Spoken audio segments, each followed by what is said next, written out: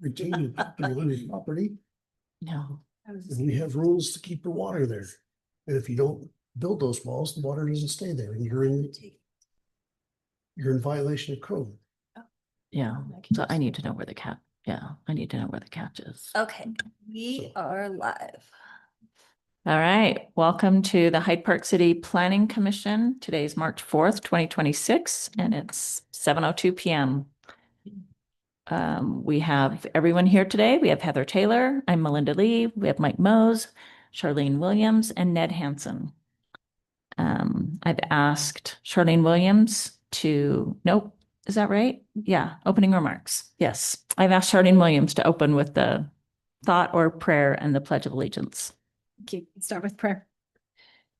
Our Father in heaven, we are grateful to be gathered here today as public servants for our city, and ask a blessing upon this meeting and upon us, that we will be guided and be given wisdom to be able to do what's best for our residents. And we say these things in the name of Jesus Christ. Amen. Amen. We stand for this. I pledge allegiance to the flag of the United States of America, and to the republic for which it stands, one nation under God, indivisible, with liberty and justice for all. Thank you, Commissioner Williams. We'll go to the minutes now. Does anybody have corrections on the minutes? Heather, did you get? No, I haven't really read them, to be honest. I just was scanning over them. I usually get notified when there's stuff in the box, and so I didn't think they were uploaded. Oh, okay. But I skimmed them and they look fine. Okay. Mike, I didn't see any issues. Charlene, I didn't see Ned, this. I did not see. and I don't have anything either this time. So I'll look Make for a a motion. motion. Motion that we approve the minutes. Thank you. Motion from Ned Hansen, Second. second from Commissioner Williams. Any further discussion? Okay, all in favor in approving the minutes as presented, say aye. Aye. Any opposed, say nay. That passes unanimously. Okay, planning staff report. I don't have anything new to tell you, except that city council did approve all of the items that you heard at your last meeting, the ordinance updates, the zoning clearance letter, and all of that. So we're moving forward with that. Zoning clearance letter is now in effect, and yeah.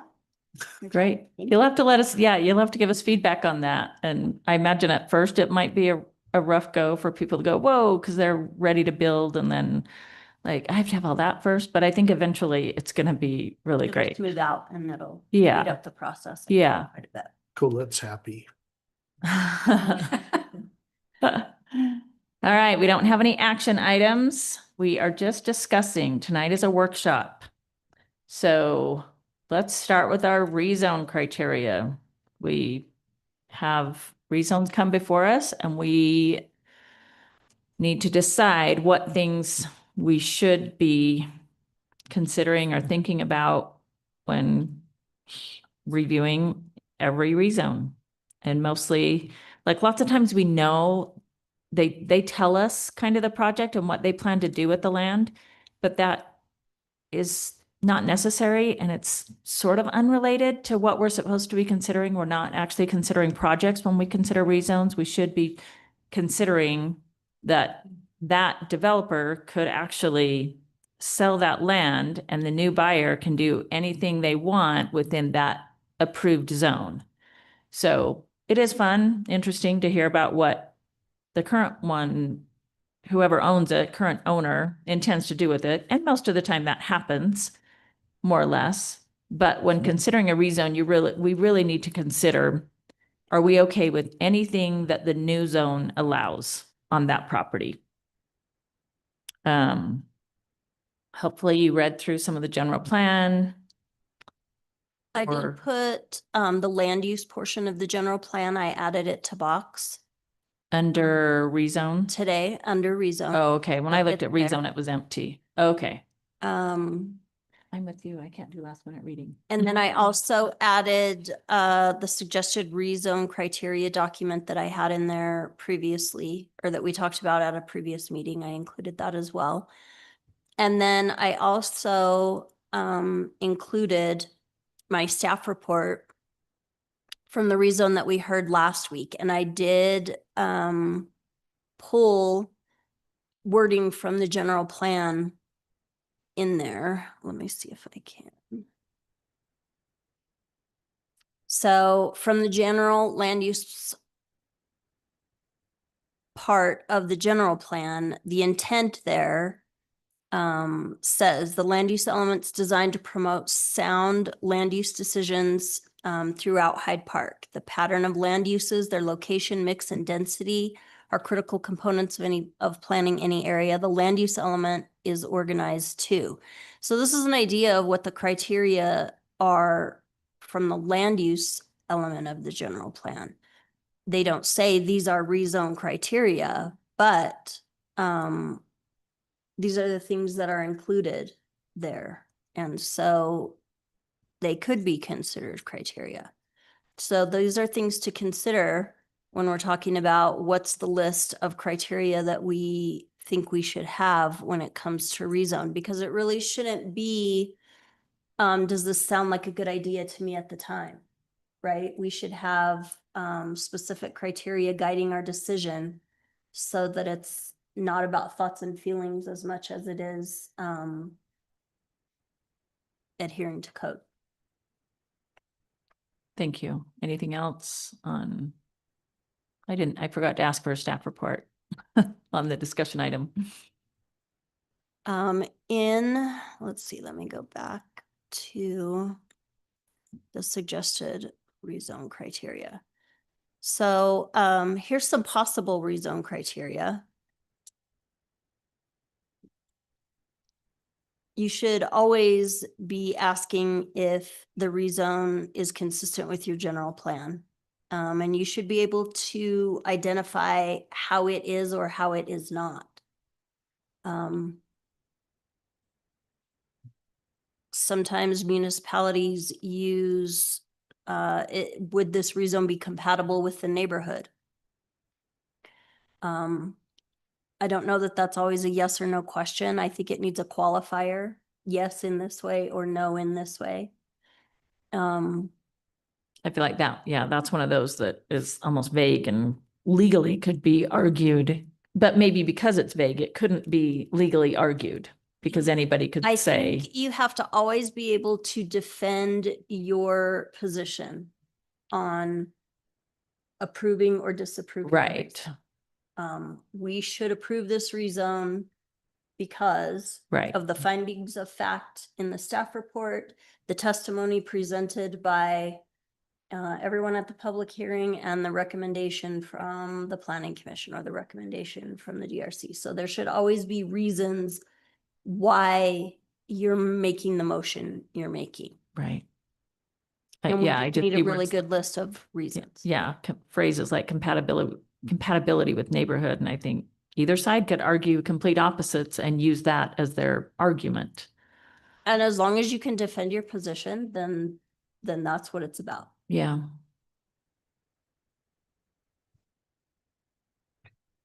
I have examples of rezone criteria from other municipalities I've served in. One of the questions in the places I worked was the existing zone for the property adopted in error? Is this a zone that has existed for 50 years and probably wasn't adopted correctly or doesn't serve the property anymore or doesn't make sense anymore? Those are questions that you could ask as well. Has there been a change of character in the area? That's something you may need to take into consideration. Everybody knows what our current rezone criteria are now, right? Let's see if I can. I'm going to pull up section 121050. This is from our land use code that talks about zoning map changes, which is what a rezone is. Talks about the noticing that goes into it. And then here are your approval standards. It's called a decision to amend the text of this title or the city's official zoning map shall be consistent with the current general plan, including the future land use map. So there's your first criteria. General plan and the map. And in making the amendment, the land use authority shall also consider, it's these four things. Whether the proposed amendment would be harmonious with the overall character of existing development in the vicinity of the subject property, or in cases of text amendment in areas governed by the text.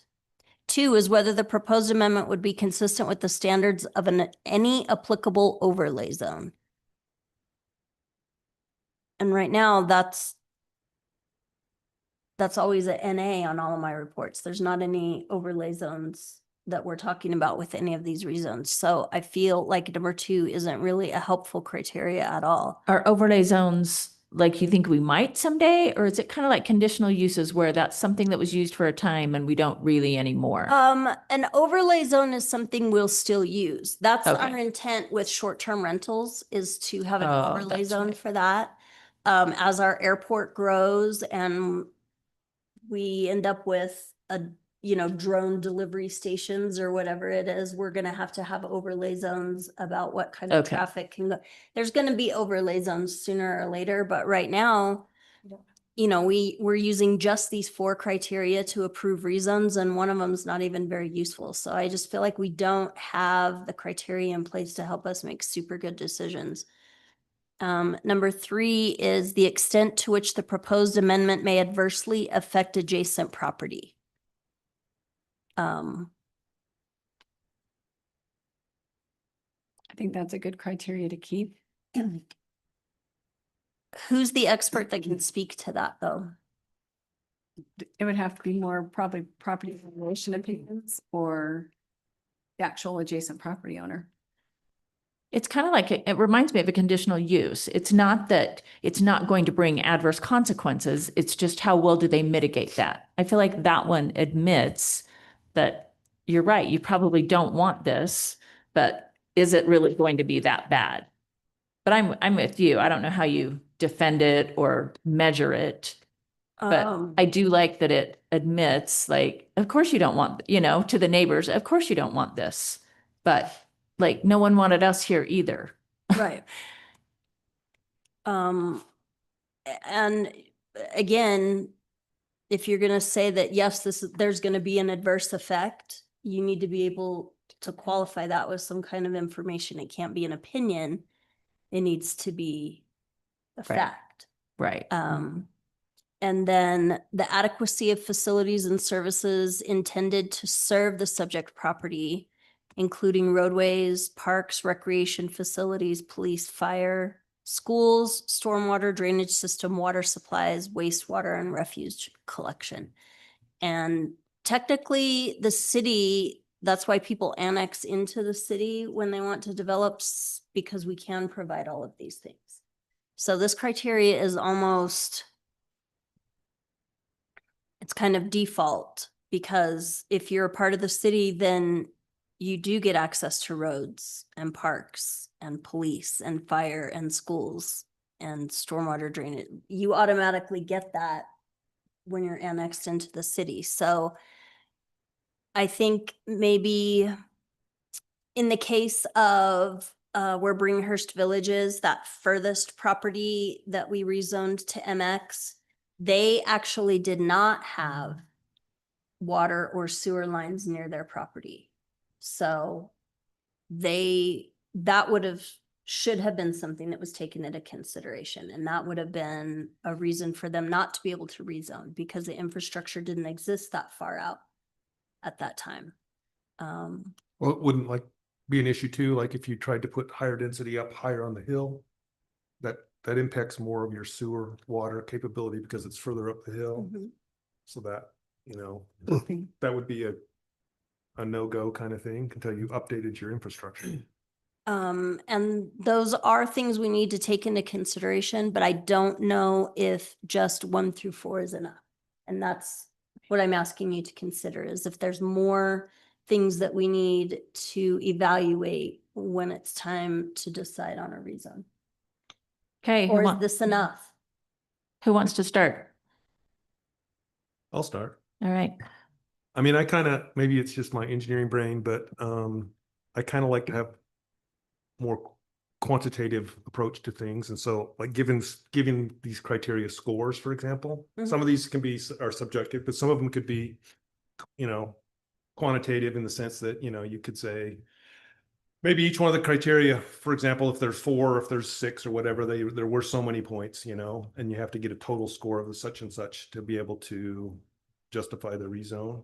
Okay. And maybe it's just like a plus, you can give them a 0, +1, +2, or a -1, -2 for a negative thing. But you have to add up to a certain number to make a pass. Okay, I don't know. it's a great idea. Other thoughts? Other commissioners?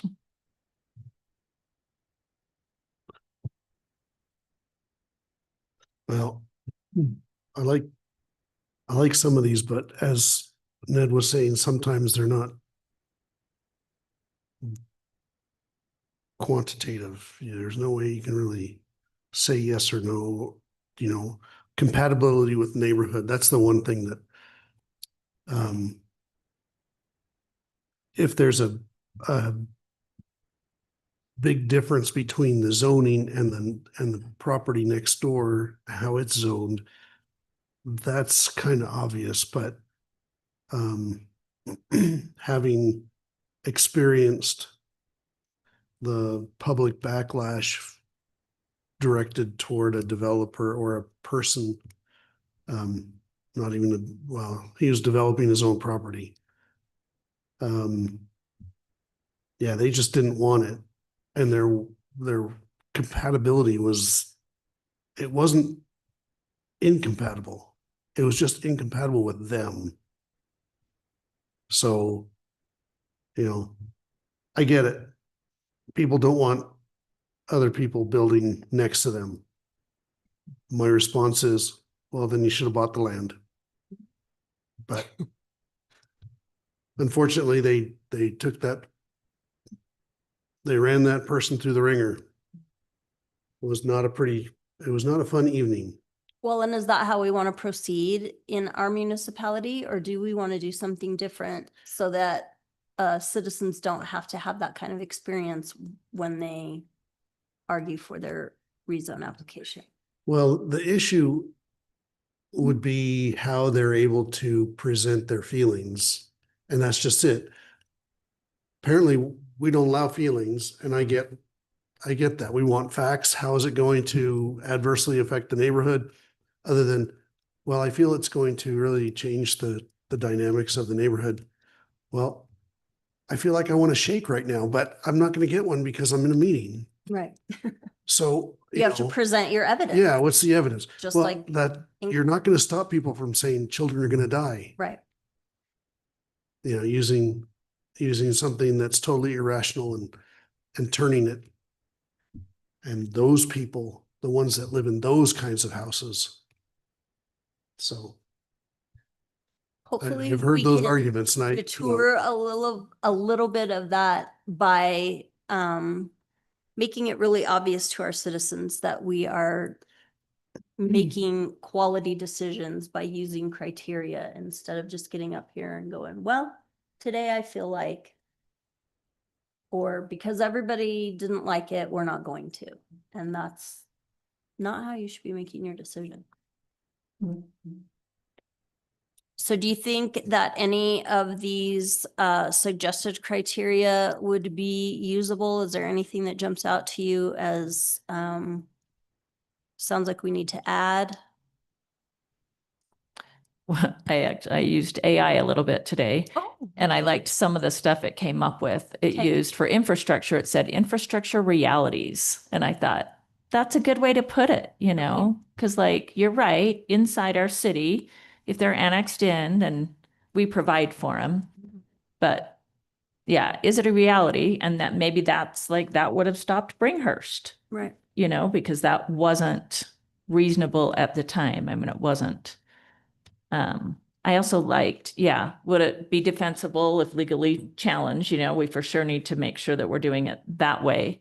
I liked, does it diversify housing types? I like a mix and a variety throughout. I don't think neighborhoods need to be strictly single family or strictly townhome or Yeah, Does our but- general plan speak to that?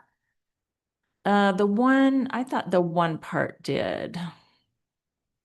You can go ahead, Mike. I was just saying that, yeah, I think a lot of the people here want diversity in housing until it's next to your house. You know, the NIMBY thing. Yeah. And then all of a sudden they come out of the woodwork and here they are. And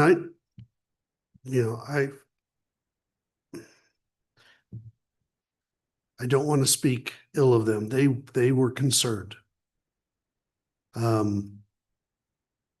at the same time, they just did a number on their neighbor and I just did not appreciate that. Yeah, I mean, I have neighbors that, yeah, we've lived by forever and we love them and we love knowing those people that have been around and now they're starting to pass away and it's sad and like, oh, who's going to move in, you know?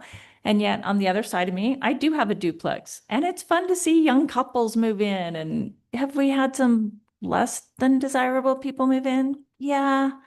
And so they kind of come and go and I don't know, I guess I've been fine having the duplex next to us. And you're right, it's not a 24-plex that someone might get next to them. It's a 2-plex, which is very different, but it does.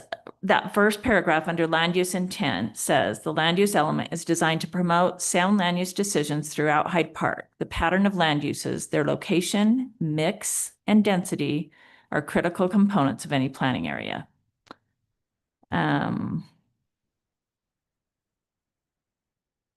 Where did I guess I like that, the mix and density. Just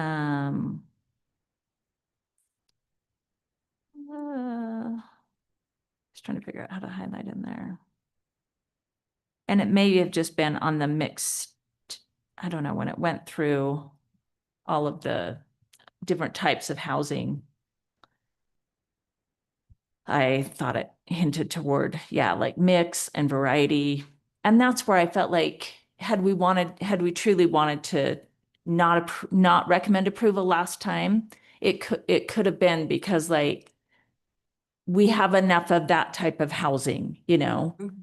Although you can't really consider the project going in. You know, like I stated earlier, you have to consider Just the zone itself. right. It's And so if possibly- townhomes are allowed, you have to consider they might do exactly what you might not necessarily want.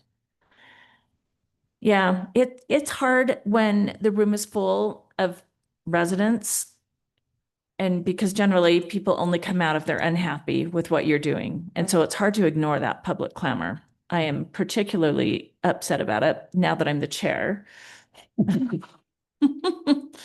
But I just keep thinking like anyone who's ever lived here the last at least 50 to 100 years, they've always been upset by more people moving in and by the lots getting smaller. They probably started with 50 acres and they were upset when it came down to 20 acres. And then people were cutting it down to 10-acre lots or 5-acre lots or 1-acre lots. What is this city coming to? But none of us would be here if these reductions weren't made.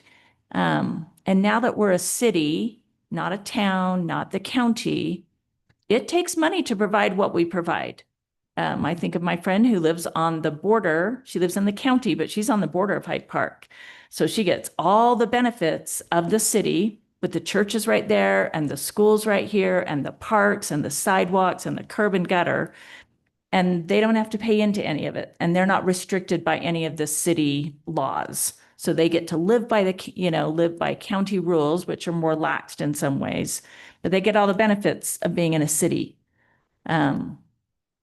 And there's just more things that a city provides. And so more has to be expected. And I'm not trying to kick out anyone who has lived here a long time and they live on a large lot and maybe they still have animals and farming, but not many people are moving here to start having animals and big farmland. They're going to the county. They're buying acres and acres. And that's, at this point, that's what Hyde Park City has become. It's become a city. It's not the county, and it can't afford to be like the county. That didn't answer the criteria question. I apologize. It's a good point though, because we did bring up that conversation that we had with the developer who said that the 1 acre lots and even the half acre lots just don't pencil anymore. Right. And that there needs to be more opportunity for smaller lots, so that people can build houses that are not super expensive. But I do think most of the new stuff has been smaller lots that I've seen. Yeah, but they'll just buy more than one lot. If I- they want a bigger lot, they just Right. buy more.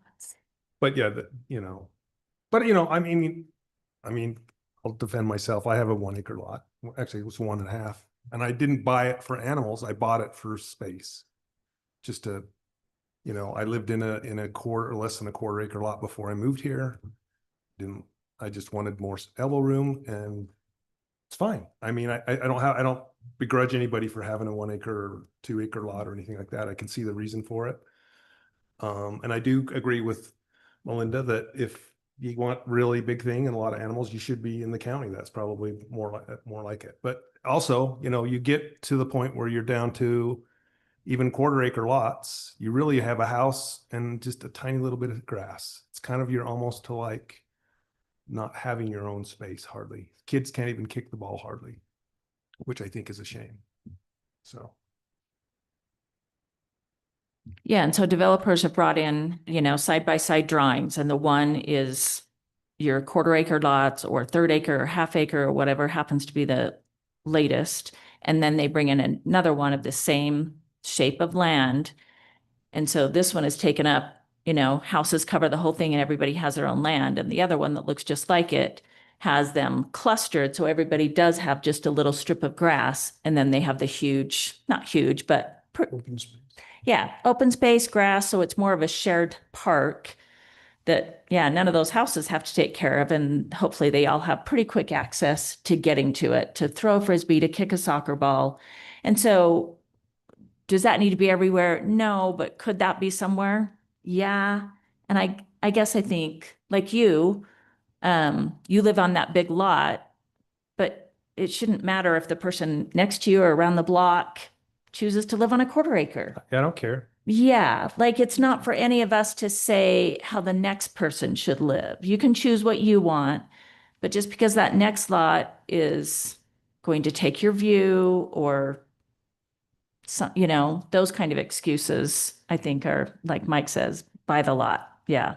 If you want that view, you buy the lot. You've had it for a long time. Great. You got that for free. That was an added benefit, but not what you purchased. And so remember, we're not just talking about residential, we're talking about rezoning to commercial, Right. talking about rezoning to industrial. All kinds of different reasons can be served by these criteria. So So are we trying to create a bigger list? I just want to make sure I'm understanding. that's my suggestion. Okay. Or that's my question to you is. So right now, do we just have are those four? Criteria in our code enough to help you make a good decision, do you feel like, or do you need a few more criteria? I think there needs to be more personally. What would you like to add? Well, I like some of the suggestions that you've, More than the suggestions or more than? oh no, I like the suggestions. Okay. I think the suggestions are great. So are those what we're agreeing to? So that- I guess yeah, I'm I just mean, trying like- to follow. Yeah, maybe pick your top two, everybody. Like what, if you don't have any of your new ones and you're looking at her suggested ones, either way, your own or hers, what are your top two or three? Or what do you think is essential and what is maybe you don't see a need for, or you can't necessarily justify or quantify? I think traffic is always a big deal to look at. That would probably be one of my first ones. So instead of just the the general plan, it needs to be consistent with the the The traffic master plan. transportation plan. Yeah. I agree. That for me is the number one. And I think that's where I kind of spouted off at the workshop. It's because for, quarter century, been coming up here with all the family, and every time we're like, oh, the freeway's under construction. Again, we're like, well, they grew, they need to adapt. And it feels like with the freeway that goes through the state, the fact that one freeway is getting expanded after it grows, and then and while they're expanding it, it's growing more. Then they expand it again. And it's like this catch up. I'd like to learn from that 25 years of freeway construction since the Olympics and reverse engineer that here in Hyde Park. So for me, transportation would be the number one. And that comes down to the three rules, location, mix, and density. For me, location, location, location, it's real estate. The fact that we don't have a straight through highway through the valley, and it takes 18 to 22 minutes to go 2.3 miles. When you look at the map, oh, it's only a couple miles away, 20 minutes. I'm like, and all the slow residential, miles per hour. I think we need to look ahead and go, yes, we want to grow. Yes, if we want smaller lots. And then we also look at, if we want density, you want them to travel the shortest distance possible to get to the main artery. What is the main artery? Do we have a main artery that doesn't stop, that can keep going through? And I think that should be the horse before the cart, transportation, and then add the people onto it. Because if you do it afterwards, you've probably developed into areas you needed for highway or that kind of stuff. Okay. I mean, I'd agree with you. And I guess I put the infrastructure equally with the transportation. They're kind of, to me, they're all the same. If we don't have enough sewer, same reason we can't. And that would be my second one. Yeah. Yeah. So I think those are kind of almost mandatory things. You've got to have the ability to support whatever the zone is with all these transportation, water, sewer. They are all equal in my mind, and they all have, mandatory requirements. Same with, following the general plan. Those seem like mandatory ones. But stuff like maybe the environmental and site constraints, that seems like something we should embed in ordinances. That you have to, you can't build on a slope of such and such. And then that would filter down into, you're not going to be able to put very many houses on that slope because you can't, you're going to have the retention or whatever you got to do to be able to do that. So those would be maybe not rezone criteria, but maybe more like embedded in the building or requirements. Okay. I agree. So talk to me about what you mean by the transportation, because cities don't generally build roads. The mayor did get that grant and extended Wolfpack Way, but that's pretty rare. We don't get roads until a developer comes in and builds a subdivision, and then he has to build the roads that are part of the master plan, the master road plan, through his part, but doesn't have to go any further. Right. Here's my thought on that. Let's just be out on the limb here. Let's say somebody wants to put 1,000 units at the mouth of the canyon. Okay. There's no way for those cars to get through our town right now. Right. There is not a way. And so if anybody wanted to build up there, it would be a disaster, Right. And so that's what, and they're not going to want to pay for a road from the canyon down to the highway. And, Right. and the highway is our only arteria right now. Yeah. That's the best one we have. And that's where we should be pushing all our traffic, is down there, not into North Logan or into Smithfield to make it their problem, but down to the highway. Shortest distance traveled for the most cars when you have density. Yeah. And so we have an issue, like the further we go up the hill here, it's longer to get through town, and it's just impossible now. We didn't leave enough place for roads, and nobody wants to get their house dozed for a bigger road. That was a complaint I heard at church on Sunday, was it took me this long to go from here to here. And I'm like, my ears perked up. I guess I don't really, I think, move outside of Hyde Park, go be a commuter. Our time frame isn't terrible. Right. We lived in Atlanta, Georgia, and my dad was 20 minutes from work and it took an hour and a half. So I think the city's done a good job. I think we've done pretty good with how we are growing, but I just think what Ned was saying, Yeah. just be mindful, like when we are rezoning, what traffic is that gonna bring? Right. Are we gonna be able to adapt? What will that cause? And I think that's just a criteria we need to be aware of. Well, I mean, did go back to the mountain where. Yeah, now, that's a great Dan, example. I don't even think it's safe in a way because I don't think we can get enough emergency. If there was No. 2 emergencies up there, I don't think you could get through to it, for example, with the roads we have now. But to No. the slope, what if a developer comes in and changes it? I The mean, slope? yeah, because you Well, he can- mentioned a slope, we shouldn't be building on it, but I mean, He look can- how high they've gone up on the mountain. I know they can terrace it. Yeah. That's okay. Yeah, But they gotta okay. retain it Yeah. as they do that. And that, if they do retain it, Okay, I just then wanted to that's clarify just gonna that. mean that they gotta have more space to Yeah. retain it. And then those requirements will drive. Okay, They really can't put quarter acre lots. They can really, just because of the slope, they can really only do half. yeah, I just wanted to Fit clarify it that, on- because I'm like, a developer can come in and Yeah, change the slope, they can put as much money as they want. Okay, right. But the economics and everything Yes. is gonna drive them to not okay, go so far. And I'm saying those don't necessarily need to be yeah, criteria for rezones. Those need to be buried hard and fast in our ordinances, in Yeah. our building codes. Yeah. Agreed. For the traffic, I think what we do have to work with, I think if we speed up and increase our speed limits, that makes a difference. I think it's helpful. When we're approving developments, I think making sure they're not facing roads that have, you may think, oh, this is just a residential road. You can tell which ones are becoming main arteries. I mean, like I talked about, maybe 3100 for North, and I guess it's in North Wow. Logan where that one. It's just silly to have anyone facing a road that is real obvious when you look at the map. Or if you just drive it. These people everyone's using this road, everyone's using 1600, everyone's using 3100. So by default, they become arteries even if they weren't intended to. So I think if we use those in our planning and our decisions and we go, this is looking like a main artery, let's make sure that if we approve a development, we make a rule that you have an extra they put an extra pull-off area before they turn into the neighborhood. So people don't have to stop.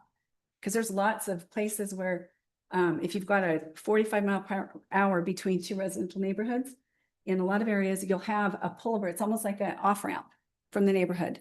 And it's the slower lane you get into to turn into the neighborhood. So you don't stop the traffic, you know what I mean, to get in and Mhm. out. So if we add those requirements on developments to keep the flow of traffic moving, I think that makes a huge difference. And I agree that infrastructure for me would be right up there with transportation. Having lived through the Thomas Fire in Ventura with over 700 structures that went to the ground and 26 friends lost their homes.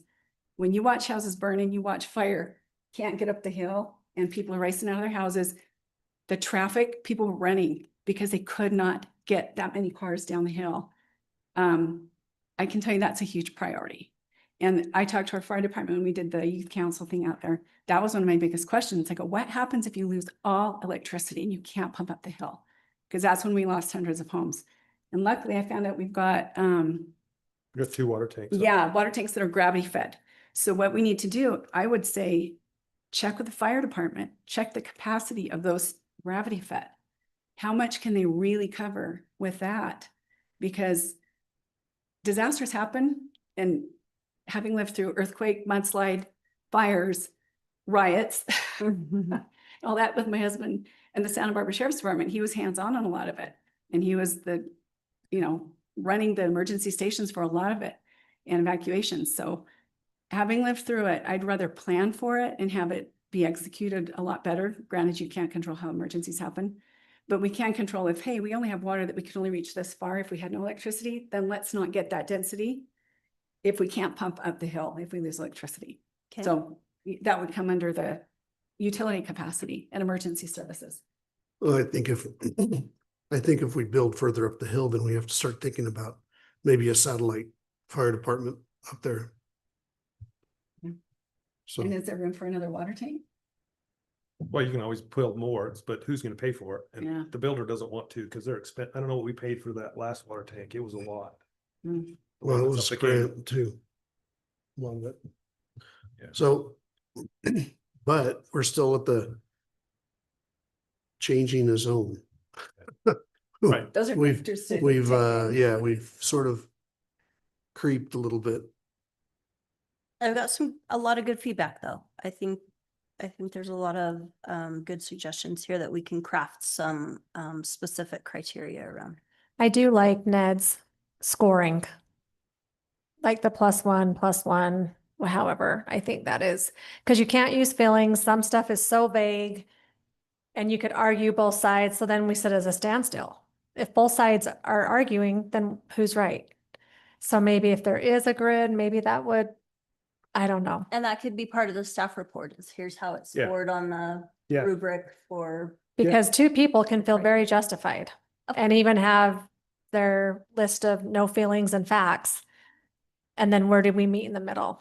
So that's my biggest concern is how do we have that draw? Who gets it? So when they're done with their presentation, everybody's going to have their number written on their paper and then we're all going to hold it up. I gave it a 7. We're gonna turn into The Voice. Probably will come up with the Land use- rubric. You gotta watch that. and You gotta then watch out for that we'll- Russian judge. You're never gonna get a good score from the Russian judge. Okay, do you want to talk about this some more or do you want to move on? Well, do you feel like you have enough? I mean, I honestly like the last two. I mean, that community benefit and demand, does the project address housing shortages? And, does it provide, like right now, Utah needs housing, and certain kinds of housing. Does it fit in with our modern income housing plan? Yeah, and that may come and go, and those requirements come and go. Well, the reporting may, but the plan will probably not go. Yeah. I think they're taking a hiatus for a year, is what I've heard, To revamp it. for the reporting, And only the reporting. And that last one, precedent and need, does the community need the uses that are allowed in the requested zone, right? Like, I don't know if that one's really for us to say, because if it's zoned a certain way and someone wants to put it in and pay for it, can we just say, sorry, we don't want it? Wouldn't that be almost to like a variance instead of a rezone give me an example. or a development agreement kind of a thing? I think it's the word need that kind of, Maybe that's what it is. Yeah. Kind of like you're Who trying to gets do to something decide special that? to get something Yeah. special for say the what we community. need. It's almost like a development agreement kind of thing. Anyway, if you feel like you have enough, it I sounds know. like we've, yep, I think I can craft some things Of and course. I agree. I think the word need makes it just sound, We keep beating it. it's open Ugh. for discussion.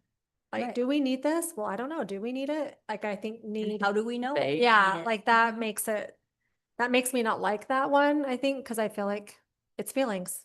Mhm. Because then we're asking, what do we need? Like, Yeah. kind of takes away the facts. all right. Any other discussion on that one? Any other last comments? Okay, let's Wait, wait. switch. Sorry, Okay.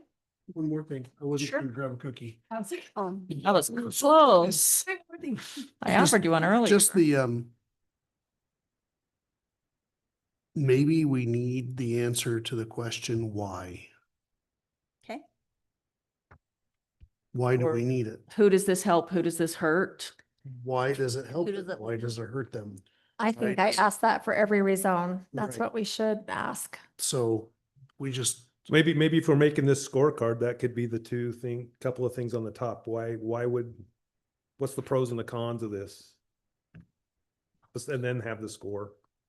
so, I don't know. One of the things I try to think about, I don't always remember, but we have a room full of people who are angry generally. If they're here, they're angry. But I think, what about the people who aren't here, who would like to live in our city, but they can't yet, and we're never going to hear those voices. And so somehow to think about those who would like to speak or have a business here, whatever it may be. It's not all residential. It could be business too. Does someone want, more commercial or industrial or whatever? I think we have to keep that balance of what the city, like we say, that letter that Mark Janes wrote last time about we should be saving this golden egg that we have. And I caught him and I said, hey, I read your letter. I appreciate it. Thank you. But we've had this zone plan professional for 30 years and no one's had anything to bring. And so it doesn't make sense to keep saving this for some golden egg. Like, things have changed and evolved, and it looks a little different. It looks a lot different than maybe it did in 1991 when certain things were put in place. I think one more thing to consider is property rights in general. Yeah.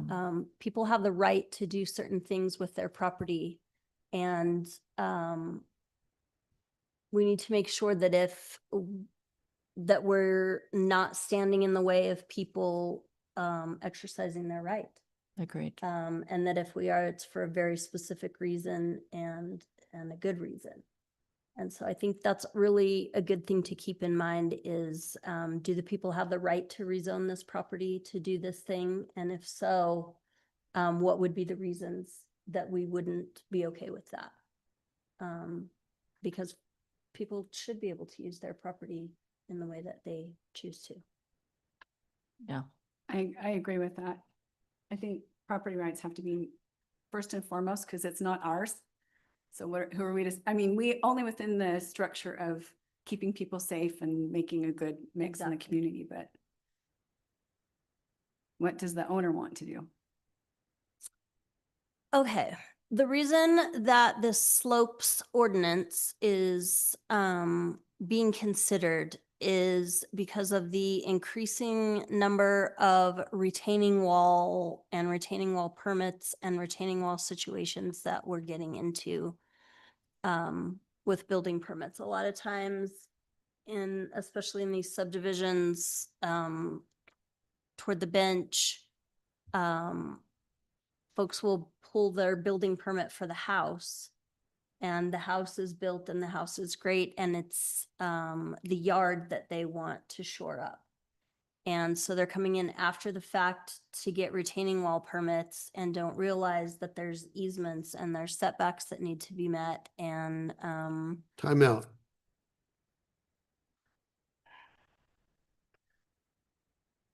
Setbacks and fences or walls. We need to fix that because we need some common sense here. I agree. Okay, because we can't force somebody to put a retaining wall 30 feet back from the front of their property. Anything man-made shouldn't be there. Well, then what about the driveway? That was man-made. What about the curbs, sidewalk? We put those in, but it's in the setback. So someone can put a fence up and it's in the setback, but we don't say anything about it. But now all of a sudden retaining walls, it's a deal. And at the same time, we have ordinances that say you have to keep the water on your property.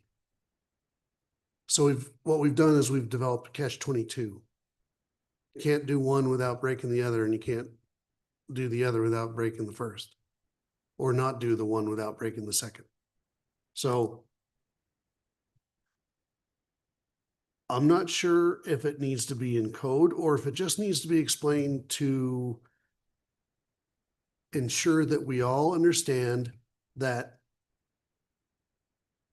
walls and fences are not necessarily structures the same way that a house is a structure or an outbuilding is a structure, or even a gazebo or pergola is a structure. I get that some have to be engineered, but if they've done that, okay. But you can't force them to put the retaining wall, or we shouldn't be forcing them to put the retaining wall within the setbacks. Because first of all, how are they going to care for the property outside the retaining wall?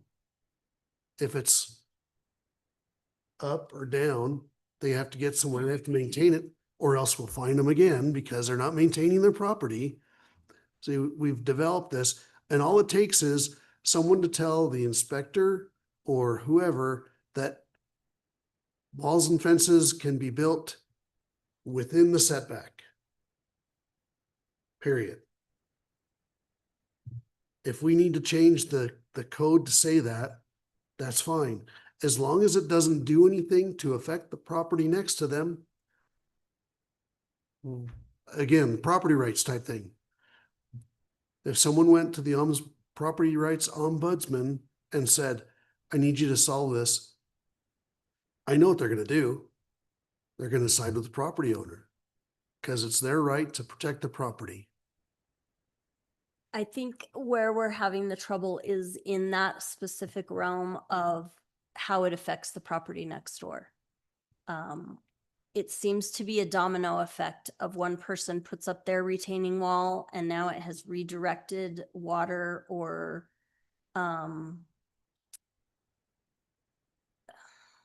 restructured how the dirt is staying on the lot. And now the neighbors next door have to build a higher wall.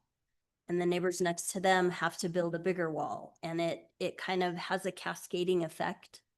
And what we talked about was, shouldn't all of these lots be shored up at the time of development instead of at the Yes. time of building permit? That folks should be buying a structurally sound and fully shored up lot to build on instead of. Here's the issue with that. This group, many iterations before us, and the city council, many iterations before the current one, approved developments on properties that have slopes that require some sort of shoring, some sort of retaining.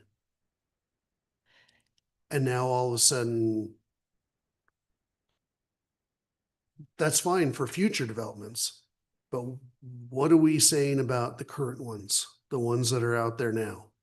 Well, and I don't know that there's much we can do about the ones now. Well- It's the ones in the future that we want to make sure, we want to get ahead of any future problems. Can we change the definition of structure right now for any that we aren't requiring, that we cannot go to the developer because it's too late? Like at the very east, there's a whole bunch going in. There's a lot of digging and stuff going around. I want to understand, I mean, particularly to this letter, why is it being denied? I just want to understand because there Uh-huh. are rock walls, there are retaining walls. I have a huge retaining wall with not 30 feet pushed back in my backyard. Across the street, I have homes with retaining walls upon retaining walls, which probably does block water, but they all have it. So I want to understand, to just understand, to even make a decision. Why is this particular one? Is it attaching to the home? Because that's what So- it's sounding like. Where we're having the trouble is that some walls require engineering and building permits and some walls don't. So which walls require that? What's the Anything criteria? over 4 feet. So they want to requires- go higher than 4 feet? Yes. This one. So is 6 it over feet 4 or feet? 8 If feet. it's 4 feet or more, they need to have it engineered. Like rebar? Even if they and split it stuff up like into that? two foots. An engineer has to come and make And- sure that what you're building Okay. is So structurally wasn't this sound. letter that we received, did you receive it as well? Didn't she say Um, that it's engineered? Didn't she say that? She's had an engineer come in and it's still Mm-hmm. been denied. Is it more than So- 4 feet above the? So we're not really talking about specific. I know. retaining I'm just trying to today. understand the, I think the thing we're trying to discern, and the documents that I added to Box, North Logan recently adopted their slopes ordinance yeah. I know that in was- November. And so I've included their code and I tried to include their staff report about why they did that. And it's to get ahead of this. I have to build my walls this way and then my neighbor has to play defense and build their walls this way, et cetera, et cetera. It kind of sets up those Is there- subdivisions to be shored up Does it already. need a retaining wall or they just want a retaining wall? Cause I feel like That's that's a good a question. question as well. I mean, just cause a neighbor wants it, I mean, Anything under 4 feet is considered a landscape element. If they truly are retaining something, then they do need to be structurally sound. And is it In- terracing? Are they just trying to push back to use their property to the full effect? Or, I guess there's just a lot of criteria, I feel like. there to- are, and I think that's why North Logan wanted to get ahead of it and adopt an ordinance for their subdivisions, Yeah. saying that they have to be. I shored guess up. I'm just time of confused development. why so many homes have retaining walls now to this date, and now we're running into this problem. Well, I mean, a lot of times you're using a retaining wall so you can get a flatter piece of ground. Right. Yeah, Kids can play yeah. A on lot flat of people have instead done of. that. But I just of see a lot of retaining walls going in, but then I guess I don't understand. I know we're not talking about this one, but I don't understand why this one is a problem Well, when I see it everywhere else. Well, I mean, it's just, it's kind of how you want to use your land, I think, is how, you know, if you don't really care and you keep your slope to the slope that whatever our criteria is on the slope, if you keep it less than that slope, then you don't have to have a retaining wall. But once you start to get steeper than that because you want some kind of a flat, then you got to retain it. There's You know. tons of people that have done that in their front yard so that they can have. Yeah. So it's not a steep. But that's not, is that really retaining or is it terracing? Well, but I've seen that's that. what retaining Yeah. walls do is Yeah. into a terrace. And Okay. once they get to 4 feet, then they got to be engineered. I've seen some 3-foot ones that I'm like, those are going to fall over. You know, they look pretty ratty and they probably don't last very long. Like, you know, they're not going to be here 20 years from now because they'll have a wet year and it'll tip over. I would be for saying that within structure, whatever our definition is, to say, if the structure is not like, say, the house or the garage or I don't know what you use the other. A fence? Outbuilding. Yeah. If it's not those structures, it would be a structure if it was an engineered. I'd rather have someone put an engineered wall than a bunch of boulders personally, Right. just because one tiny shaker and those boulders are like Yeah. downhill at your neighbor. Yeah. But. and Well, you're at the we- mercy of whoever stacked them and some people, are, Right. some aren't. And if they try to get it steep, then they're going to have issues. Right, I'd rather see it engineered, which means, yeah, they'd have to get a permit, but if it's gonna be within the setback, maybe we say it shouldn't be more than 4 feet above ground. I mean, it's gonna have to be further down. If you're retaining, you're gonna have to go deep and put your footings. Cause we had to do a ton of retention, which we didn't expect, and then we got. And I don't think that counts for your 4 feet. I think it's from ground level. From ground up is 4 feet, yeah, that's, as long as it's that, then within the setback, I don't know that it would hurt, 'cause so many people already did it. So do we need to change the setback rule and define structure? I think the ordinance needs to be cleaned up. Isn't that what we're really talking here, is to clean this up so that. I think we have two separate issues, right? We have the current one that Is all of 30 us are feet. concerned about. And then going forward, I don't think anybody's arguing. Going forward, it should be the responsibility of the developer to make each lot buildable as is so that there aren't neighbor to neighbor disputations. Mhm. As far as current, the reason that you can't have a retaining wall in the setback, is that our city code? Is that a state code? Is that a building code? So there's a combination of codes, right? There's public works standards. There's also building code. And the first one we start with is building code. Walls that are over 4 feet tall have to be engineered and have to have a building permit to be built.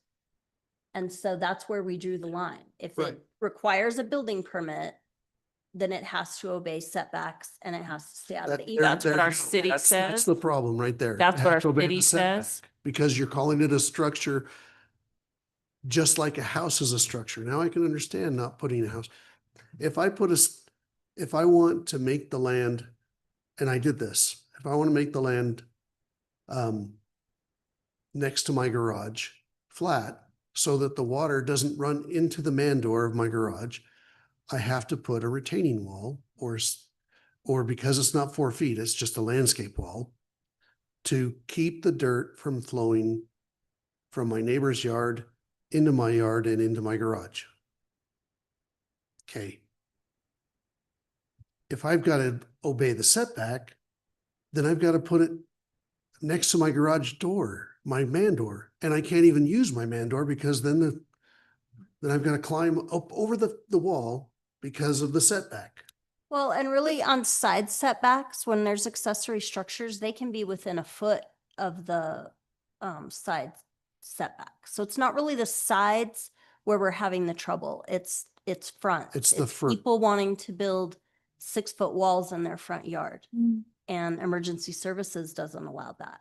Fire code doesn't allow you to have anything over, I think it's either Yeah, but is 3 it- feet in the front.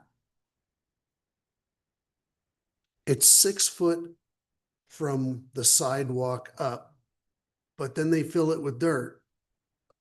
So it's not 6 feet tall over am I correct? It's just the wall we're talking about, just from. Right, I get it. From the dirt to the top, what's showing above ground or including all the way down to the footing? Where the wall starts at the ground.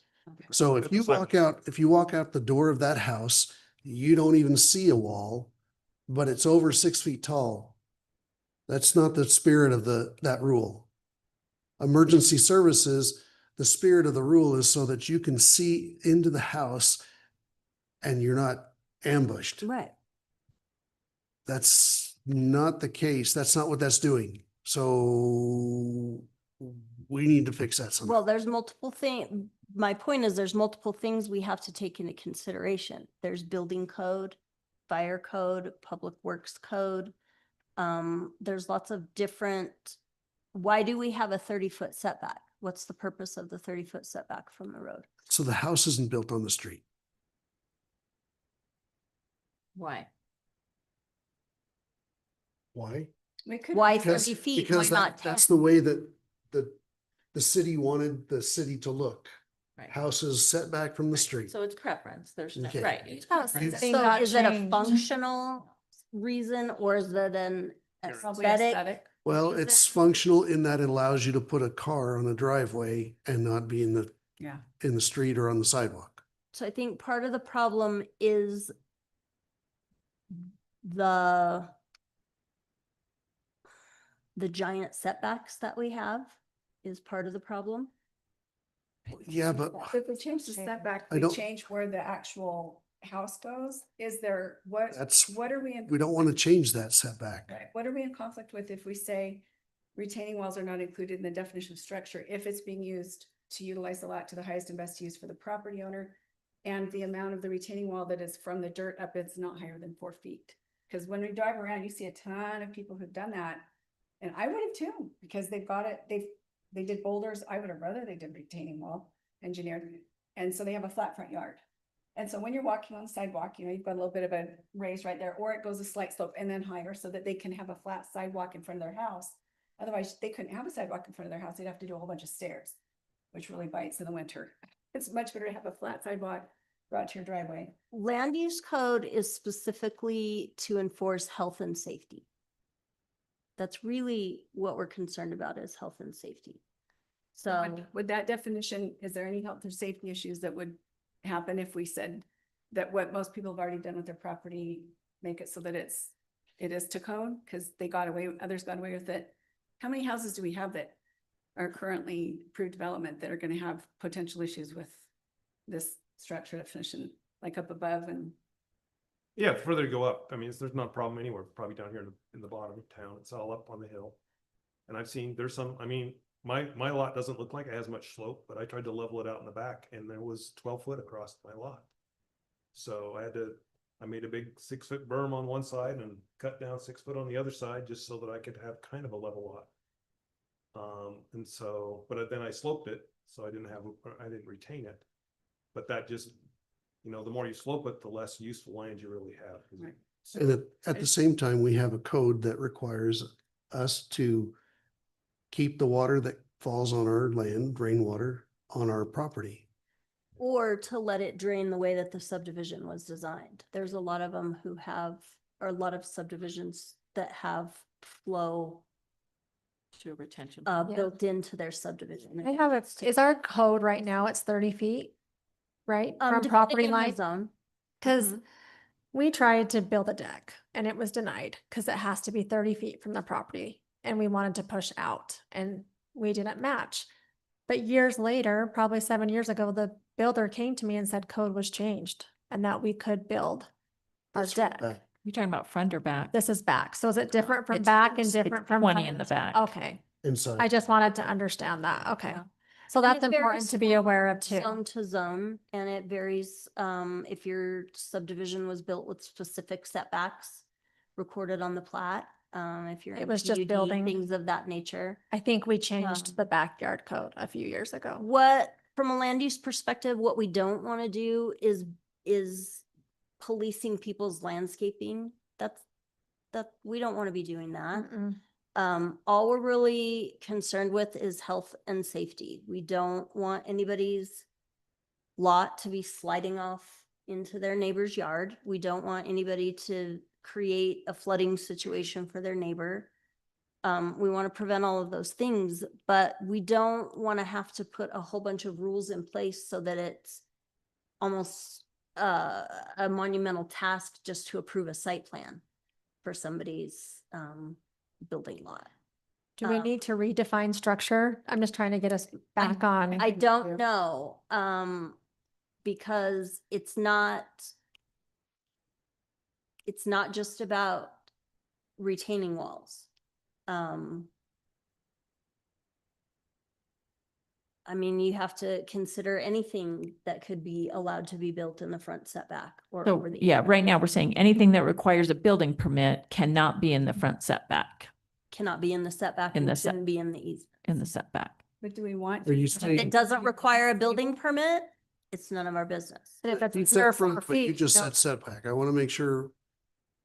Well, And setback are in the general. inspectors understanding that the side setback is, or the back setback, they can do it within a foot? I mean, Mhm. do Yeah, they know that understand? because they're approving sheds like that all Well, the they time. are sheds, but are they retaining walls? Are they doing the same with retaining walls? I don't know. And the only thing that I would worry about with a high wall or retaining wall, whether it's rock or block, is if it gets over 4 feet, do we require some sort of railing? Like a deck? If it's over so high, you have to have railing on it. The only thing that I would worry about is we allow a larger structure in front, and then some kid playing soccer in the front yard, because it's flat now, misses the ball and falls off the wall. That's the one thing that I would be worried about. But I'd be worried about that as a parent, so I would, I was say that's more of a property owner liability. but But we you want to have 4 feet require right now. railings on decks that are over a certain height because of, And that's building code. Yeah. Land use Right. code doesn't speak to that. Land use code is just about, is the land stable? Is, the property usable? And is it causing or not causing an issue for neighbors when it comes to runoff, stormwater, et cetera? So a lot of the houses I've driven around since it became an issue and looked, I see a lot of them with boulders and it does not look super stable. Are we saying they could put 4 feet of boulders, but they can't put 4 feet of engineered retaining wall because of the building permit? They can put 4 feet. Yeah. It's more than 4 feet is where you have to have things.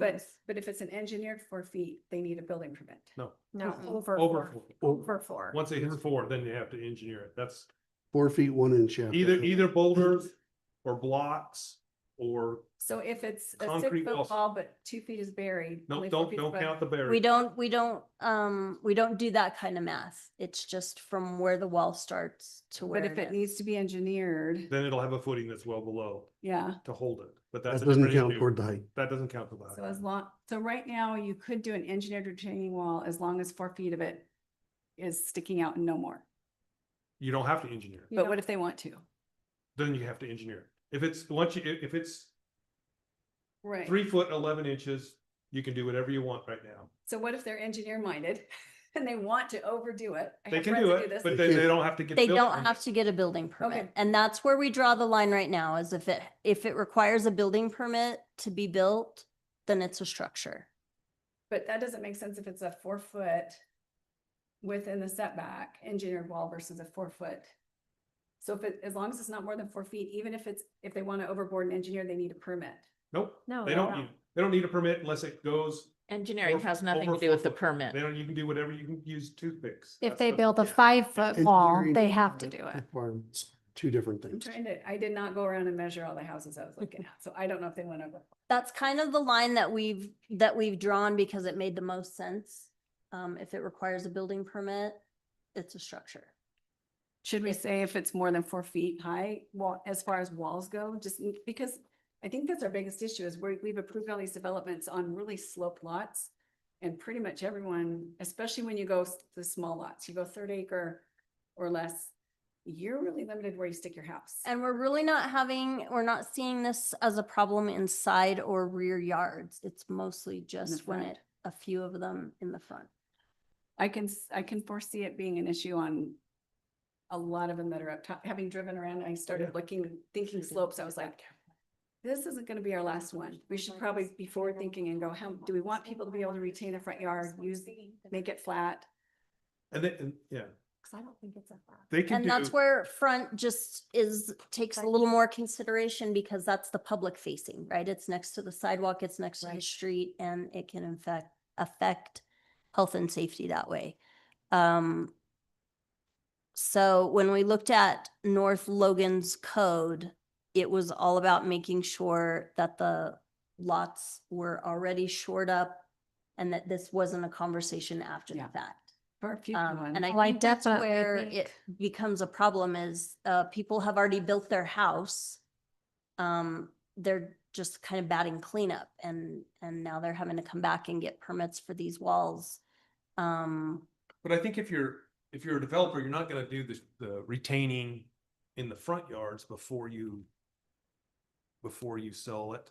Cause that's where you gotta work, right? You're gonna wanna retain the rear and the sides easily. I think we probably fence just or need to read through this Fence. geological hazard type ordinance, and decide maybe there's places where we're not gonna let That's people okay. build. Yeah, Yeah. that'd be fine, or bigger setbacks so that they can multiple terraces or something in those zones. Exactly. That'd be fine, but yeah, I think to make them retain those up front just limits how they can build. I mean, they Right. can't drive in. The developer wouldn't do that, but I think. if Well, the we're trying to make the developer- developer retain things in it before he sells the Yeah. lots. Sure, That they were what the engineered. developments I've seen I that don't know. retain, they flatten that lot, they retain on the side, they retain on the side, they retain in the back. Like our last property, we had 6 foot cinder block all the way around from our dirt up. You look over behind us, it was a 2-story house, but I only saw the top of the roof. It was that far down to the next, because it was like Hyde Park, it's really high on the street. The next street's 25 feet lower, 25 feet lower. But that's what ends up happening is you've got a flat lot or very light slope because it's retained already here and here and in the back. Well, I guess what I was saying is the retaining Maybe they wall just didn't in the ask. front on the Wait. street side. Yeah, which You maybe make them do that as part of, before you can, or flat enough that it's not an issue. or where you have flat to enough wait that it's for- not. Yeah, a way that we don't have. It's- So But- it's not something we have to get to the bottom of tonight, and that's why we made it a discussion issue. It's something that's probably coming. And it's something we should start thinking about and start doing our research on and Is there getting two our- answers you need? Like people right now or just future? no, just future. Okay. But what about the people who, like right now, we've probably got, I don't know, do we have 50, 60 at least lots that have already been approved, if not more? That we didn't require this of, and all Mhm. of them could potentially have the same. It'd be nice to resolve it so that everybody in these upcoming developments. Well, keep and I would enforcing that. hazard a guess that it's been litigated somewhere in Utah already. And we just have to do our research. That and, what has been litigated. retaining walls and where they can go and how much, a municipality can regulate that. I would hazard a guess that that's been done. We should check. St. You George. mentioned North Logan and their slope ordinance. They also have a fence and retaining wall ordinance. I wonder if that would be something to look at and see. Sure. So Do we not have a fence and retaining wall or? We don't require permits for, Fencing. for landscaping walls or for fences. Some municipalities I worked in, we did require a fence permit. It was free. It was just so we could, make sure people were putting their fence on their property line. Yeah. It was just a double check, thing, but currently we don't, Hyde Park doesn't require that. We used to require permits for fences. We don't now. Oh, really? Hyde Park used to? Yeah. Probably 10 years ago. And your neighbor had to agree to the height of it or something? Yeah, I don't It remember was a that part. Funny, it was a funny ordinance. But again, this isn't something that we have to decide on tonight. We haven't even started writing a slopes ordinance or anything of that nature. We're just What's a typical?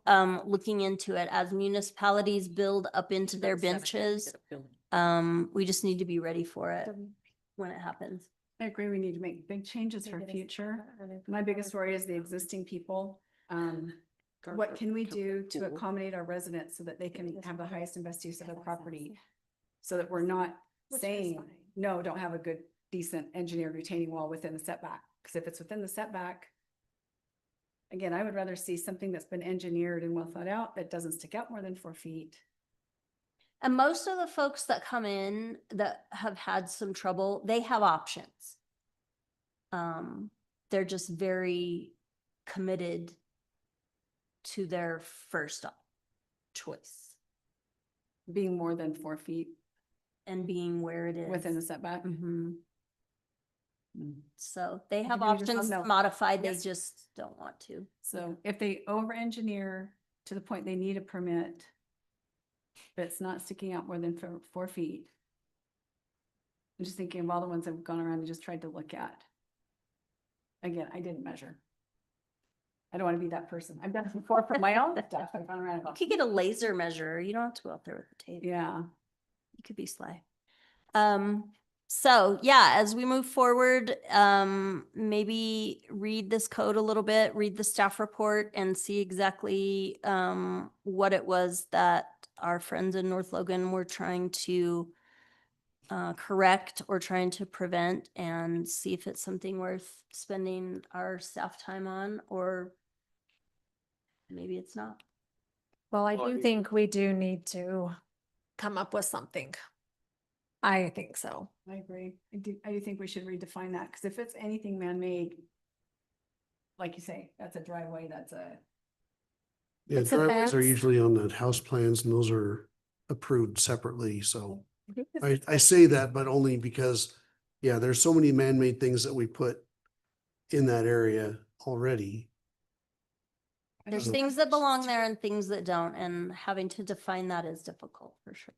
I think the purpose of the setback, like we were talking, is really for the house structures, as what most people think of a structure as a house, a garage, an outbuilding, a giant shop that's got everything, tied in. I don't think when we're doing setbacks, I don't think the purpose was for other things other than big things out of the ground. Like the main house, Yeah, Garage. well, you have to remember also that when this law or code was written, they weren't thinking about anything beyond 800 east. then we really should address that. So, I think we should absolutely address that. Or That you just definition structure readdress, here. you just readjust the retaining walls, because I just think going 30 feet in, that's a big jump into a lot. Like your example of your storm door, like, but I know it's every situation is different. If we made it so structure is what most people think of as structure, a house, outbuilding, garage, and not to be interpreted as anything that's being used, again, for using the highest and best use of their front yard or side yard or whatever. I think that solves it for the ones that we haven't, for the ones that are approved in the developments that we cannot go back to the developer and say, shore it up. Then we solve that problem for those lots. And then from here on out, we say, sorry, developer, instead of each person spending 30 to 50 grand retaining and fighting with their neighbor, spend an extra 25 per lot or 20 per lot. Because the developer spent it all at once coming in and someone got a huge contract for a bunch of. Don't retaining. developers usually grade it appropriately anyways to be passed? No. not anymore, not here at least. That's Not unless it's Thanks, required by Kathy. code. Okay, so is that in our code? No, That's what we need Okay. to do for That's future. what's Well, actually on our Well, ding, ding, agenda. ding, ding. There's the This issue. is the item actually on our agenda Okay. is, do we need that in our code and what should that look like? Yeah, I do think future. Okay, I think that was our what answer. what we've spent all of our time on was not meant to be the discussion item. Except for I proposed So- last week. Ties in. but Yeah, Yeah. yeah, it is. Is there anyone who, doesn't feel like we need to have that be on the developer No, I totally agree. I think it should. for be. future? I'm sorry if I didn't. That would have been a clarify. faster discussion. Sorry, last week when I asked for the definition of structure to be on the agenda, I didn't see it tonight, so that's why I brought it up. I'm curious what developers think of that. Money, They cost won't- of You money. got one in the room. The I chair know, that's could, why I'm the like, can we chair could ask call if you can- upon this one. All right. All right, Kelly, come on I'm up. kind of curious to know. Give us feedback. So I go back now, I built a low income tax credit on the side of a mountain. We brought in some big caterpillars and we moved a lot of dirt. So it was a 3-story structure with 60 apartment units and we retained. Thank you. We retained probably about 20 feet in the back of the mountain. And then on the front, we retained probably another 25 feet to hold the parking lots. So what that did is that made that property feasible for a tax credit property, okay? Without that, their property costs were way up, we're building on the flat. So, and then myself and Jay, if you're familiar with Jay Jinx's home up here. So we put in, it was almost $300,000 worth of concrete retaining walls to make that work for what he wanted. Well, that whole area is so steep over there that all of those houses have. Well, them I have the making- next lot and I Oh. got 40 feet of fall when I bought I had 2 lots. Yeah. 40 feet of fall from the one corner to the other. Yeah, So I put in, Gabons or whatever. you call them. gabion retaining walls and I've got about 4.5 million pounds of rock in those gabions. But it made for the lot that I wanted. I got a good view. I got a nice level lot. Right. But there's a whole bunch of stuff that I'd be happy to share with you as far as like engineering. So the reason I did gabions, I have one wall that They look is, cool, by the way. thank you. I have one wall that's 21 feet high, Yeah. but it goes into Yeah, you gotta put, 9 feet. Mhm. But I did that because it retains, and these are all engineered, because it retains the surcharge, but allows the liquid to go through the wall. Mhm. So, but anyway, I'm They're happy to expensive. share with you what I know, and it makes a big difference. Right. So, but this is the other side of it, and this gentleman has moved, but the home right above me, so the state does have grading limits of like 32% slopes. So, but the gentleman above me wanted a bigger yard and he was up a lot higher. So he brought in lots of dump trucks. I had there's a 65% slope on his. So what that required me to do is to take my wall from what was a 12 to 15-foot wall to a 21-foot wall to, you know what I'm saying? So, but a lot of those people up there bought those lots with the Knowing. slopes in the back, knowing what they had, because they have no backyard, at least the people on the east side, Mhm. and for them to increase their yard, literally, to do what I did would probably cost $350,000, $400,000. So it's not something most people are gonna do. Right.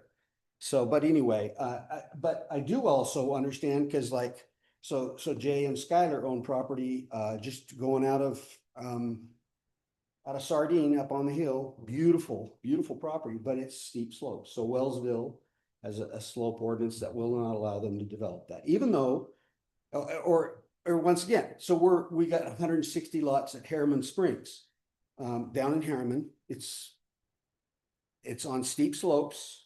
And so a lot of the driveways, you have to traverse the lot. Hey, but these are not They're starter not cheap homes. houses either, right? Yeah, these are gonna be $1 million, $2 million, $3 million homes. So in some situations, you can work around the slopes, but it needs to be designed and engineered right. So, Right. but a lot of times though, it gave me, talk about views. I built there because it's pretty much an unobstructed view, If it wasn't for Jay, you'd have a better view too. Well, I can look down on Jay now. Anyway, but Well, there's a place for it and there's a place where it's not gonna happen. But what do you think about a developer grading it properly? If you buy a development, and that's what I want to know. Okay, so I'm just gonna address the development that I'm in, because there's Okay. a lot of steep slopes in the back of those on the east side of the road. Those meet the state's requirements for grades. They just have little tiny backyards because of that. And if the person bought the lot knowing I'm gonna put a house on it, and I'm gonna have 15 feet of backyard, but hey, the setback's up at the top of the hill. That was the issue that I had with that, is the people that did the grading put the property lines at the top of the hill. They should have graded it differently so the property line was halfway, you know what I mean? Mhm. So the people down below didn't end up with the yard, but the people up above have a big yard. So that is something that, you know, if I was on city staff, I'd be looking at and going, okay, let's move the grades here so that there's a compromise. That's a good So anyway, thank you for asking. I'm happy to share with you anything, but I've been doing this for 25, 30 years and done a lot of stuff like that. So Thank you. anyway. Yeah, so what do you think about, I mean, as far as the city saying from, going forward? To do a flat out, you cannot build on a certain grade. Well, the developer needs to make every lot such that, the Either owner. that or- Property shored up and it's graded, and that there shouldn't be any reason for anybody to put in walls and do Well, see, anything. but the other side of this is, a lot of times, these man-made structures actually beneficial to the drainage of the property. So, yeah, I mean, this one I told you that's almost 65% behind me. I mean, it's been a few years, so there's some ground cover on it. I'm not worried about erosion. But sometimes those walls will actually help prevent erosion, you know. But the idea of retaining all the precipitation that comes down onto your land, on your property, I think so Not on I the built slopes. homes in Southern Yeah. California, okay? Where you had huge swells in between your so that the water would drain in a certain direction. I guess the point that I'm making is sometimes there's a so up here in our subdivision, we have 3 stormwater detention ponds. One of them, I don't even know why it got approved, because there's not much flowing into it. You know what I mean? But Is before us. Wonder why that developer sometimes water submitted that needs to one. traverse across a property to get to those retention areas. Otherwise, they're mute. So anyway. So for like some of the subdivisions that are already approved, they're not like the big huge drop off. I think if people have that drop off and people are developed behind, that's a little different. But fresh new developments that have a slope on the hill like this. So between neighbors, if the developer were required to say, okay, put this wall in here, a 6-foot wall and then another 6-foot wall and so that it goes down. Would the cost to the homeowner be less if the developer did that across the board with one big project and divided it versus each neighbor having to bring engineers in themselves? It really comes down to the cost of the finished lot and what that's gonna cost, you know? I mean, it's really easy. We just developed 34 lots out in Nibley on flat ground. That's as cheap as it gets, you know what I mean? But your cost of your lots go up as that kind of infrastructure has to get built. And so people want views. That's why they live in up there. That's why I built up there. But there's a cost that is associated with that. You're not, so Thank you. thank you. Thanks for. Appreciate that input. Thanks, Kelly. I think he brought a good point of maybe changing where you're measuring the property setback. Maybe that would correct a lot of things. So the people higher have a bigger lot. So different lot design standards on the slopes. Yeah, maybe that would correct that and kind of clear that up on the east bench. Sure. Does anyone know, and I haven't looked it up, what the civil liability is for water drainage from lot to lot? And who's responsible? Is it the upslope? Is it the lower? Is it the civilly between neighbors? I'm sure it's been litigated and I I'm sure have it no- just I guess I depends. should Yeah. know I feel like you are stuck in it together and you better work And it out. that would go to where you would want that line to be based on who's responsible. For the record, this is Kelly Harmon. One more comment. This is where it gets tricky, is when somebody's building in a subdivision, a neighbor builds a house up here, 10 feet from the property line. The other neighbor over here wants to have a bit, so they cut into the hill and they don't retain it. So up here at Mahogany Ridge, we had that exact thing. So this neighbor had, it was 10 foot of drop and they did not retain it. That homeowner should have been responsible for retaining that cut that he I would made. agree with that. And at that point there, there's litigation and everything, and then the one homeowner down below, he just sold his house and left. I look at the gravel pit just as you're going from Bountiful into Salt Lake. And they keep the other one. digging into that mountain and I keep Yes. seeing those houses up there. I'm Yeah. going, pretty soon those are gonna be down there. And I'll go, well, Just thought about that. yeah, I'm pointing them out and watching them whining at the bottom and there's houses at the top. I'm like, yeah.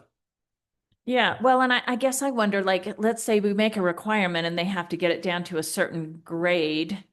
And they do that, and yet still, even though it's a reasonable grade, the homeowner comes in and they still don't want even that slight slope, like Ned. They really want it all the way flat. And so they are still gonna put in their own retaining wall, but I guess then it would be less than the 4 feet, 4 feet or less. Well, and maybe part of that subdivision ordinance is that you can't modify your yard.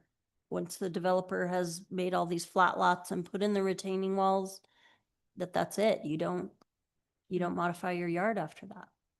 Is that I don't part of know. the I don't know property what they, rights? Well, I think, in a subdivision, you kind of get to Lose set your those. parameters. I'm not sure what the solution is, but I know that we need to get ahead of it instead of try to fix it later. We know what the problem is. Yeah. Yeah. So this I is can- your research project, I yeah, guess. I can, when my parents bought their house, it was on the earthworks had already been done. And for the entire development, Mhm. it was terraced and the terraces had to be, a certain slope. Couldn't be Degree. more than that or else it would fail. They had the slope going up. And at the top of that slope was the property line on the side. And then on the next side, the neighbor had it to the top of their property. So my parents had the flat and then the uphill. In the back, they had slope. In the front, they had slope. And that's fine. If we designate whatever the state requirement is, you can't have more than this much slope. And we use that as our standard. And then if someone wants to cut into the slope, as long as it doesn't go over the 4 feet, they don't need to have an engineer, but I really worry about that. I mean, 2 feet on the sides is probably as much as I would trust a block wall unless it was engineered to go in further and then go up. terrace, Um, 2 feet, 2 feet.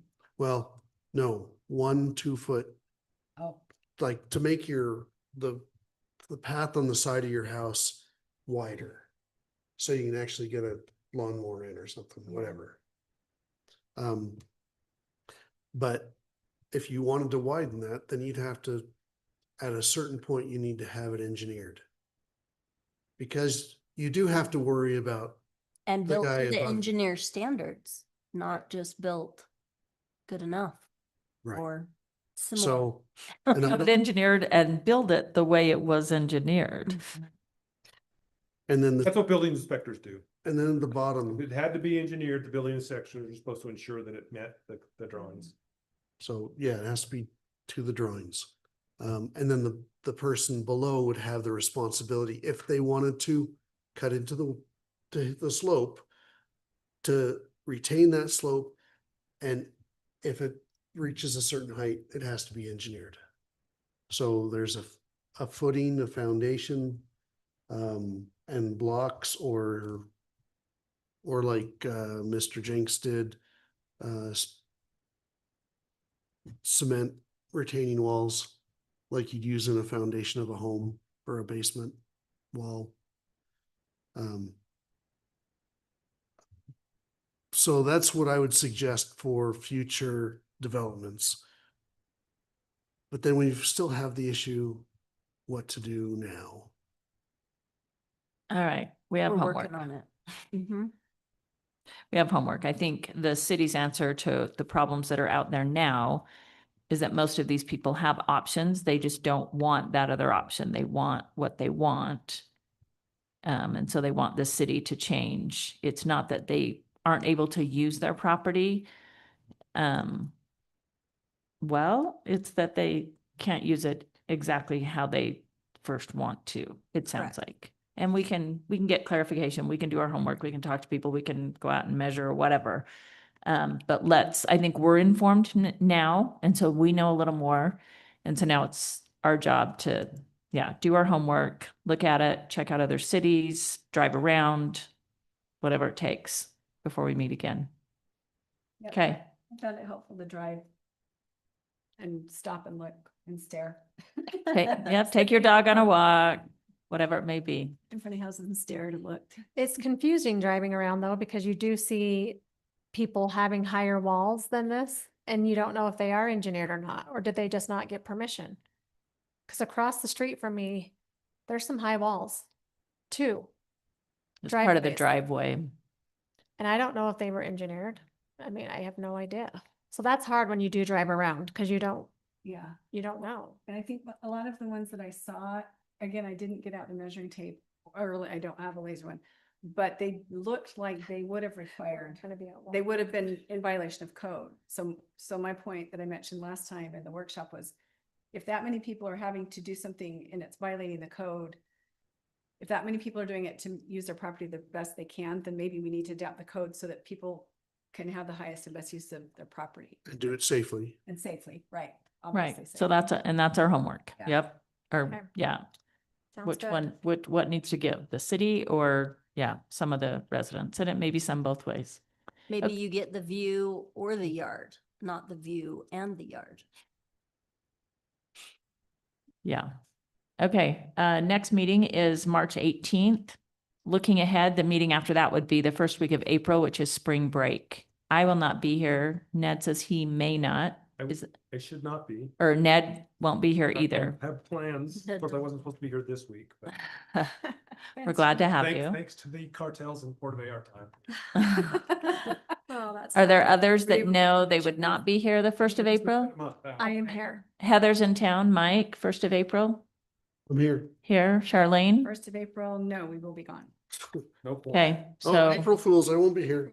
no. So we may call that a I'll cancel. be here the. So 25th. we will not be able to meet the first week of April. That's a good heads up, and then I won't schedule anybody to be heard at that meeting. I won't be They here won't the be disappointed. first week in May. I know that. Okay. I might be going that way too. We haven't left town since we moved here in 23. And I won't be here that. Now we've got First week in May. first week of April, first week of May, we're gone. We First may week not- we've left the state since. We'll figure out May and April. About May. Sorry. But I can do March 25th though, and as long as we get one of them, I can't. March 25th, you're in Rockville? May. Oh, man. All right. You can zoom in from the beach. All right. I'm not going. Make sure it goes 2.5 hours. Okay. Without objection, I adjourning the meeting. It's 8:39. I second that. thank you.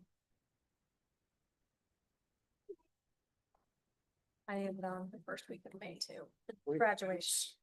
Am I gonna There's do gonna it? be a lot of graduations. I didn't realize that. When they all started saying it, I'm like, oh. Cause it's the first Wednesday, right? So it'll be the 6th. Yeah. So I'll be in St. George graduation. All right. Wow.